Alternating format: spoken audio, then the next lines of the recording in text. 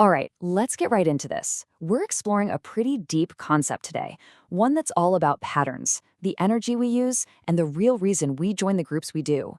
It's a story that starts out on a massive, cosmic scale, but you'll see it ends up being incredibly personal.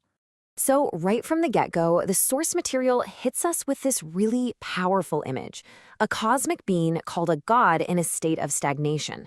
Just imagine that, a being that's just completely worn out from repeating the same old patterns, the same cycles for literally eons. And that idea really sets the stage for everything we're going to talk about.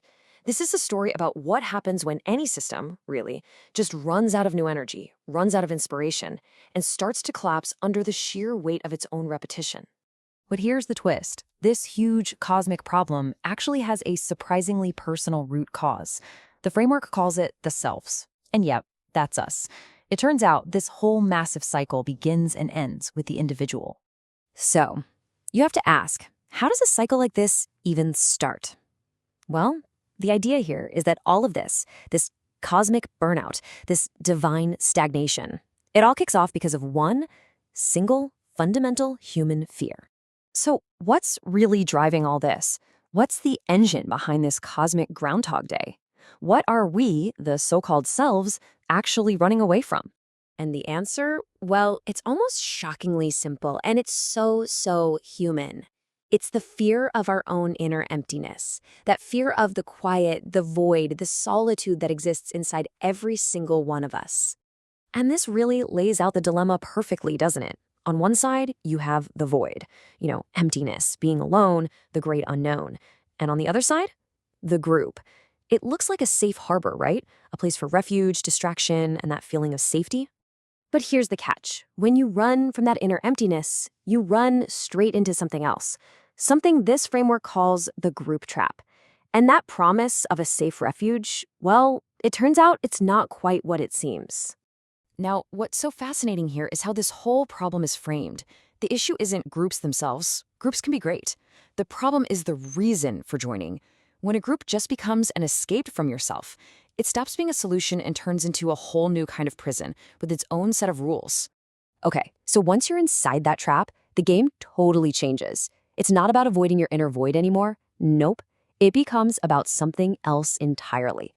And what it becomes is what's described here as energetic games. Think of it as this constant low-key battle for energy, for attention, for validation. Our interactions become draining. They're built more on subtle conflicts than on any real sense of peace. And all this does is just lock us deeper into that same cycle of repetition we were trying to escape in the first place. And there it is. That's the whole loop. The fear of emptiness leads us to the group trap. The trap then fuels this constant energetic struggle. And that struggle is the very engine that powers the endless repetition, leading us right back to that cosmic, divine stagnation where we started.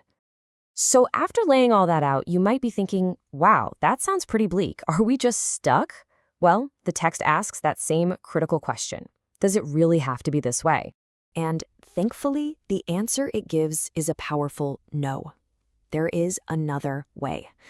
We're introduced to this totally different path, a completely different way of being, called the peace of ascension.